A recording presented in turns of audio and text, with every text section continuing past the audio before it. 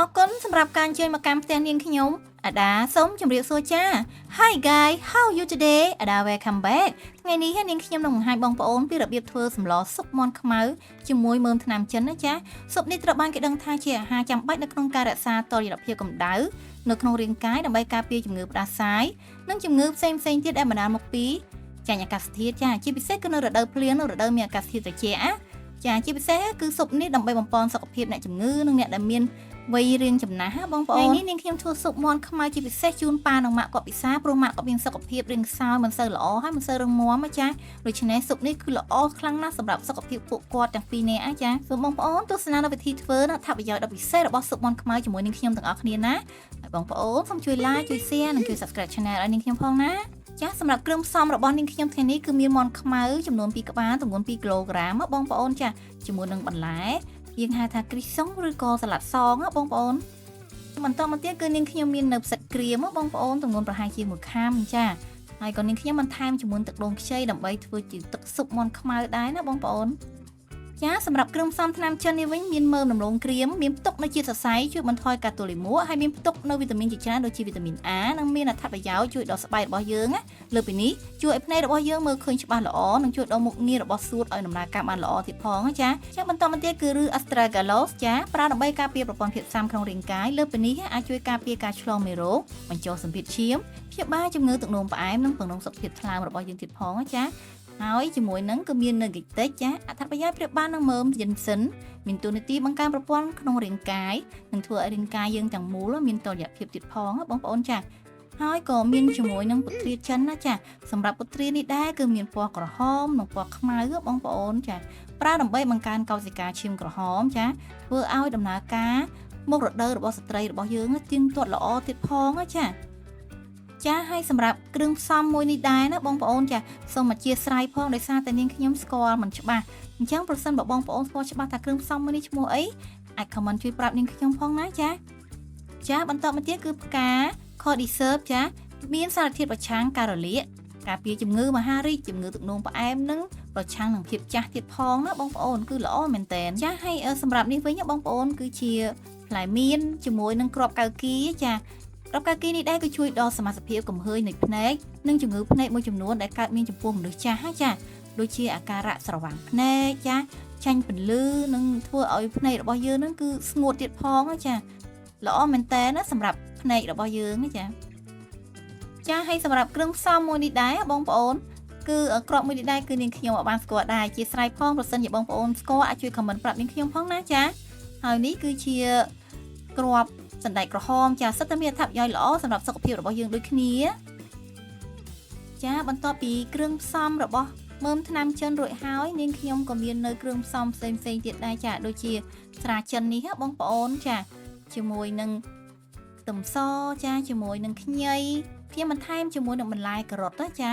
ហើយជាមួយនឹងមាននៅអំបិលខ្នុរចាមានជាមួយនឹងអំបិលស្ករសទឹកត្រីចាហើយក៏មាននៅជីវ៉ាន់ស៊ុយជាមួយនឹងស្លឹកខ្ទឹមរបស់យើងដែរណាបងប្អូនចាអញ្ចឹងគ្រឿងផ្សំរបស់នាងខ្ញុំគឺរៀបចំរួចរាល់អស់ហើយចាសម្រាប់ផ្សិតក្រៀមនេះដែរគឺនាងខ្ញុំយកមកត្រាំជាមួយនឹងទឹកក្តៅបងប្អូនដើម្បីឲ្យផ្សិតរបស់យើងនឹងគឺឆាប់រីកល្អចាហើយសម្រាប់ទឹកដែលត្រាំនេះគឺយើងអត់ចាក់ចោលទេគឺយើងទុកប្រើនៅពេលបន្ទាប់ទៀតណាបងប្អូនចាហើយបន្ទាប់ពីនាងខ្ញុំត្រាំទឹកក្តៅឲ្យរីកល្អហើយគឺយើងយកទៅលាងជាមួយនឹងទឹកត្រជាក់សិនណាបន្ទាប់ពីលាងទឹករួចហើយគឺនាងខ្ញុំយកមកច្របាច់ជាមួយនឹងអំបិលបន្តិចចាដើម្បីបំបត្តិក្លិនរបស់ផ្សិតនេះបងប្អូនចាយើងច្របាច់អំបិលឲ្យចូលសព្វហើយទើបយើងយកទៅលាងទឹកឲ្យស្អាតម្ដងទៀតចាបន្ទាប់ពីនាងខ្ញុំច្របាច់អំបិលហើយនឹងលាងទឹកស្អាតហើយគឺនាងខ្ញុំយកផ្សិតនេះមកកាត់ក្បាលឲ្យរឹងៗនេះចេញបងប្អូនចា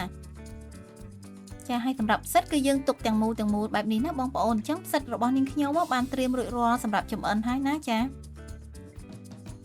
បន្ទាប់ពីនាងខ្ញុំរៀបចំផ្សិតសម្រាប់ទុកចម្អិនរួចរាល់ហើយបងប្អូនអញ្ចឹងនាងខ្ញុំរៀបចំបន្លែវិញម្ដងសម្រាប់បន្លែរបស់នាងខ្ញុំនេះគឺមាននៅការ៉ុតការ៉ុតផ្ដល់នូវសមត្ថភាពជាច្រើនរួមទាំងការ៉ូទីណុយ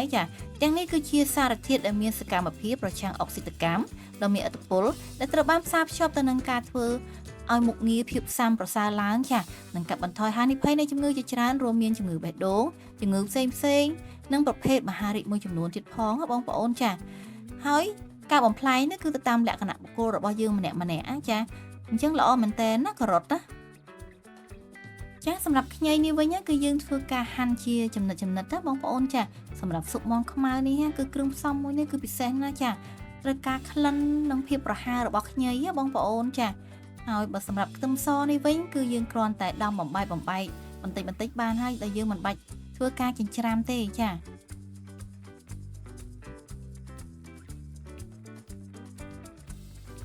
ហើយសម្រាប់ស្លឹកខ្ទឹមនេះវិញបងប្អូនអាចកាត់វែងឬក៏ខ្លីគឺអាស្រ័យតាមចំណង់ចំណូលចិត្តចាដែលបងប្អូនចូលចិត្តណាយើងប្រើស្លឹកខ្ទឹមជាមួយនឹងជីវ៉ាន់ស៊ុយណាបងប្អូន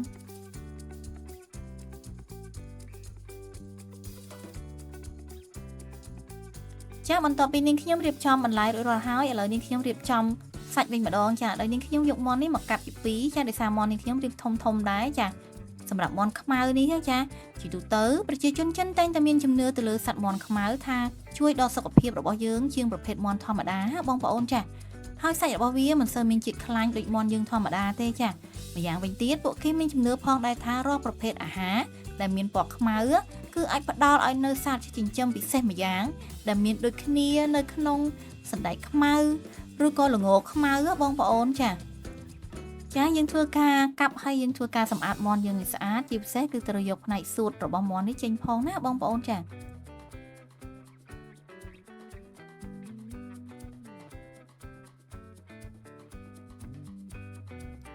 ឡូវនេះគឺមាន់របស់នាងខ្ញុំត្រូវបានសម្អាតនិងរៀបចំរួចរាល់ហើយបងប្អូនដើម្បីត្រៀមក្នុងការចម្អិនណា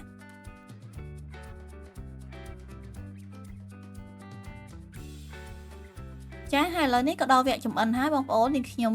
ដាក់ដាំទឹកដើម្បីស្រុះមាន់របស់យើងបន្តិចសិនណា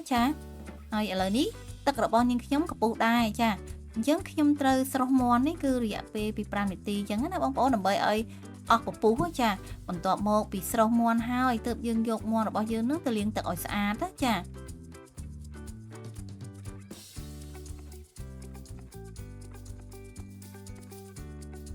បងប្អូនសូមកុំរំលងវិធីមួយនេះក្នុងការធ្វើស៊ុបមាន់ខ្មៅព្រោះអីវិធីនេះមិនត្រឹមតែអាចបំបត្តិក្លិនឆ្អាបរបស់មាន់ទេថែមទាំងអាចជំរុះនៅឈាមពពុះនិងភាពកខ្វក់ចេញពីសាច់និងស្បែករបស់មាន់បានទៀតផងបងប្អូនហើយលើពីនេះទៅទៀតគឺនៅពេលដែលយើងធ្វើទឹកស៊ុបមាន់ឆ្អិនហើយបងប្អូនគឺទឹកស៊ុបរបស់យើងហ្នឹងគឺមានសភាពថ្លានិងមានក្លិនឈ្ងុយឆ្ងាញ់ទៀតផងឥឡូវនេះមាន់របស់នាងខ្ញុំធ្វើការស្រុះរួចហើយបងប្អូនអញ្ចឹងនាងខ្ញុំធ្វើការស្រង់មាន់ហ្នឹងចេញមកដើម្បីលាងទឹកត្រជាក់ឲ្យស្អាតម្ដងទៀតណាបងប្អូនបន្ទាប់ពីនាងខ្ញុំធ្វើការស្រុះមាន់រួចរាល់ហើយគឺនាងខ្ញុំដាក់ឆ្នាំង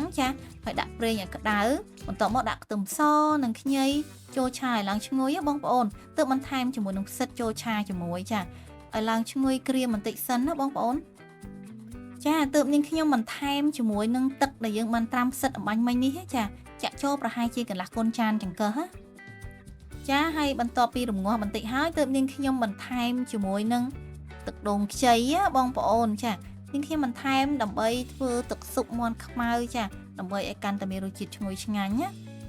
តែប្រសិនបើបងប្អូនចង់ប្រើតែទឹកយើងធម្មតាដើម្បីរំងាស់ជាទឹកស៊ុបមាន់ខ្មៅក៏បានដូចគ្នាដែរសម្រាប់ទឹកស៊ុបមាន់ខ្មៅថ្ងៃនេះគឺនាងខ្ញុំប្រើទឹកដូងខ្ចីហ្នឹងបងប្អូនជាមួយនឹងទឹកយើងធម្មតាដើម្បីរំងាស់ធ្វើជាទឹកស៊ុបឥឡូវនេះទឹកស៊ុបរបស់នាងខ្ញុំគឺពុះហើយអញ្ចឹងនាងខ្ញុំបន្ថែមជាមួយនឹងគ្រឿងថ្នាំចិនរបស់យើងចូលស្ងោរមាននៅមើមដំឡូងក្រៀមជាមួយនឹងរឹស Astragalus ជាមួយនឹងកិច្ចតិចជាមួយនឹងគ្រាប់កាគីជាមួយនឹងមៀនហើយក៏មាននៅផ្កាខឌីសើបហើយមួយនេះដែរគេហៅថាផ្សិតរបស់ចិនឬក៏គេហៅថាអីដែរបងប្អូនចាំជួយ comment ប្រាប់នាងខ្ញុំផងណាជាមួយនឹងសណ្តែកក្រហមហើយសម្រាប់ពទ្រានឹងគឺថ្ងៃនេះគឺមានពទ្រាខ្មៅនិងពទ្រាក្រហមយើងធ្វើការរំងាស់គ្រឿងផ្សំនឹងប្រហែលពី5ទៅ10នាទីសិនណាបងប្អូនដើម្បីឲ្យគ្រឿងផ្សំថ្នាំចិនរបស់យើងនឹងចេញជាតិបានល្អបន្ទាប់មកទើបយើងបន្ថែមមាន់ខ្មៅចូលស៊ុបមាន់ខ្មៅត្រូវបានគេដឹងថាមានប្រភពដើមមកពីប្រទេសចិនដែលជនជាតិចិននិយមបរិភោគដើម្បីជួយសម្រួលកម្ដៅនៅក្នុងខ្លួនពីព្រោះប្រទេសចិនគឺជាប្រទេសមួយដែលមានអាកាសធាតុត្រជាក់ខ្លាំងនៅក្នុងតំបន់អាស៊ី ស៊ុបមាន់ខ្មៅត្រូវបានគេយកទៅធ្វើការវិភាគដើម្បីស្វែងរកនូវសារធាតុល្អៗដែលមាននៅក្នុងសារពាង្គកាយចាយើងត្រូវការជាចាំបាច់ដើម្បីទប់ទល់នឹងជំងឺចាញ់អាកាសធាតុជំងឺផ្ដាសាយនៅរដូវភ្លៀងនិងរដូវត្រជាក់ជាដើមចាគួរឲ្យកត់សម្គាល់លទ្ធផលបានបង្ហាញថានៅក្នុងស៊ុបមាន់ខ្មៅមួយចានណាគឺពោរពេញទៅដោយសារធាតុប្រឆាំងអុកស៊ីតកម្មនិងរ៉ាឌីកាល់សេរីនៅក្នុងរាងកាយថែមទាំងអាចរក្សាតុល្យភាពកម្ដៅនៅក្នុងសរីរាង្គបានយ៉ាងល្អចាជៀសវាងពីជំងឺផ្ដាសាយសារធាតុប្រឆាំងអុកស៊ីតកម្មដែលត្រូវបានគេរកឃើញនៅក្នុងមាន់ខ្មៅត្រូវបានគេហៅថា carnosine ចាយើងបន្ថែមទឹកឲ្យធ្វើការរំងាស់បងប្អូនដោយប្រើភ្លើងតាពាក់កណ្ដាលបានហើយចាឥឡូវទឹកសម្លនេះខ្ញុំពុះអញ្ចឹងនេះខ្ញុំបន្ថែមជាមួយនឹងគល់វ៉ាន់ស៊ុយចូលចាបន្ទាប់មកទឹកនេះខ្ញុំបន្ថែមជាមួយនឹងអំបិលចាពាក់កណ្ដាលស្លាបព្រាបាយជាមួយនឹងអំបិលខ្នុរពាក់កណ្ដាលស្លាបព្រាបាយដូចគ្នាចាសម្រាប់ទឹកត្រីគឺនេះខ្ញុំបន្ថែមមួយស្លាបព្រាបាយបងប្អូនចាជាមួយនឹងស្ករសកន្លះស្លាបព្រាបាយចាសម្រាប់ស៊ុបនេះគឺគេញ៉ាំរសជាតិគឺរាងសាបបន្តិចបងប្អូនចាហើយនេះខ្ញុំបន្ថែមជាមួយនឹងស្រាចិនហ្នឹងគឺមួយស្លាបព្រាបាយដើម្បីជួយបំបត្តិក្លិននិងធ្វើឲ្យស៊ុបរបស់យើងកាន់តែមានរសជាតិឆ្ងាញ់ចាបន្ទាប់មកគឺនាងខ្ញុំបន្ថែមជាមួយនឹងបន្លែការ៉ុតបងប្អូនចាហើយធ្វើការរំងាស់បន្តទៀតដោយប្រើភ្លើងតាពាក់កណ្ដាលរំងាស់ដល់ស៊ុបរបស់យើងនឹងឆ្អិនល្អចាឬក៏យើងបន្ថយភ្លើងឲ្យនៅពុះតិចបានហើយរំងាស់ក្នុងរយៈពេលពី30ទៅ1ម៉ោងបងប្អូនរហូតដល់សាច់មាន់របស់យើងនឹងគឺផុយល្អមែនតើណាចាសារធាតុប្រឆាំងអុកស៊ីតកម្មត្រូវបានគេរកឃើញនៅក្នុងសាច់មាន់ខ្មៅឬក៏គេហៅថា carnosine នេះបងប្អូនកំហាប់ខ្ពស់នៃ carnosine ត្រូវបានរកឃើញនៅក្នុងសាច់ដុំនិងនៅក្នុងខួរក្បាលរបស់មនុស្សផងដែរចាកម្រិត carnosine ដែលមាននៅក្នុងសាច់មាន់ខ្មៅគឺមានចំនួនទ្វេដងនៃកម្រិត carnosine នៅក្នុងសាច់មាន់ធម្មតាចាវាត្រូវបានរកឃើញផងដែរនៅក្នុងសាច់មាន់ទួគីចានៅក្នុងប្រទេសចិនណាសាច់មាន់ខ្មៅត្រូវបានគេយកទៅធ្វើជាម្ហូបអាហារជាញឹកញាប់ដែលរួមទាំងរងាស់ជាស៊ុបចារួមជាមួយនឹងឱសថដូចជាយិនសិនផងដែរបងប្អូនចាក្រៅពីការពារជំងឺផ្ដាសាយរោគចាញ់អាកាសធាតុផ្សេងៗហើយត្រូវបានដឹងថាគឺជួយដល់សួតសម្ពាធឈាមនិងក្រពះពោះវៀនផងដែរបងប្អូនចាចុងក្រោយនាងខ្ញុំបន្ថែមជាមួយនឹងបន្លែគ្រីសុងឬក៏សាឡាត់សងចូលចាបណ្ដាក្រុមអ្នកស្រាវជ្រាវបានរកឃើញថាការទទួលទានបន្លែសាឡាត់សងនេះជាប្រចាំអាចទប់ស្កាត់ការកើតឡើងជំងឺមហារីកសូដនណាចាជាលទ្ធផលគេបានពិនិត្យឃើញថាកម្រិត molecule ដែលមានតួនាទីប្រយុទ្ធប្រឆាំងនឹងជំងឺមហារីកបងប្អូននៅក្នុងឈាមរបស់យើងកើនឡើងក្នុងកម្រិតមួយហួសពីការស្មានគឺប្រហែលម៉ោងបន្ទាប់ពីយើងទទួលទានបន្លែសាឡាត់សងនេះរួចចាក្រុមអ្នកជំនាញបានបញ្ជាក់ផងដែរថាផលវិជ្ជមានដ៏ល្អបែបនេះក៏ព្រោះនៅក្នុងបន្លែសាឡាត់សងនេះមានផ្ទុកនូវសារធាតុមួយយ៉ាងដែលគេហៅកាត់ថា PEITC ចាដោយសារធាតុនេះមានសមត្ថភាពអាចជួយទប់ស្កាត់ដំណើរការប្រូតេអ៊ីនមហារីកបានណាបងប្អូនចាសម្រាប់បន្លែនេះដែរគ្រាន់តែយើងបង់ឲ្យទុកឲ្យពុះភ្លាមបិទភ្លើងផ្លែតតែម្ដងបងប្អូនចាឥឡូវនេះស៊ុបមាន់ខ្មៅរបស់នាងខ្ញុំគឺឆ្អិនហើយគួរឲ្យចង់ញ៉ាំមែនតើណាចាតោះបងប្អូនមកភ្លក់រសជាតិជាមួយនាងខ្ញុំទាំងអស់គ្នាណាចាហើយសម្រាប់ស៊ុបនេះដែរគឺយើងញ៉ាំនៅពេលដែលក្តៅបងប្អូនចាហើយសម្រាប់ពេលវេលាដែលញ៉ាំស៊ុបនេះល្អបំផុតណាបងប្អូនគឺនៅពេលព្រឹកនិងពេលថ្ងៃដើម្បីទទួលបាននូវប្រសិទ្ធភាពកាន់តែខ្ពស់ហើយចាហើយបងប្អូនក៏អាចសាកល្បងធ្វើញ៉ាំបានដោយវិធីងាយចាបានទាំងរសជាតិបានទាំងអត្ថប្រយោជន៍ពិសេសសម្រាប់គ្រួសាររបស់យើងទៀតផងចាប្រសិនបើបងប្អូនពេញចិត្តនៅវីដេអូរបស់នាងខ្ញុំណាសូមជួយ like ជួយ share និងជួយ subscribe channel ឲ្យនាងខ្ញុំផងណាចាបងប្អូនណា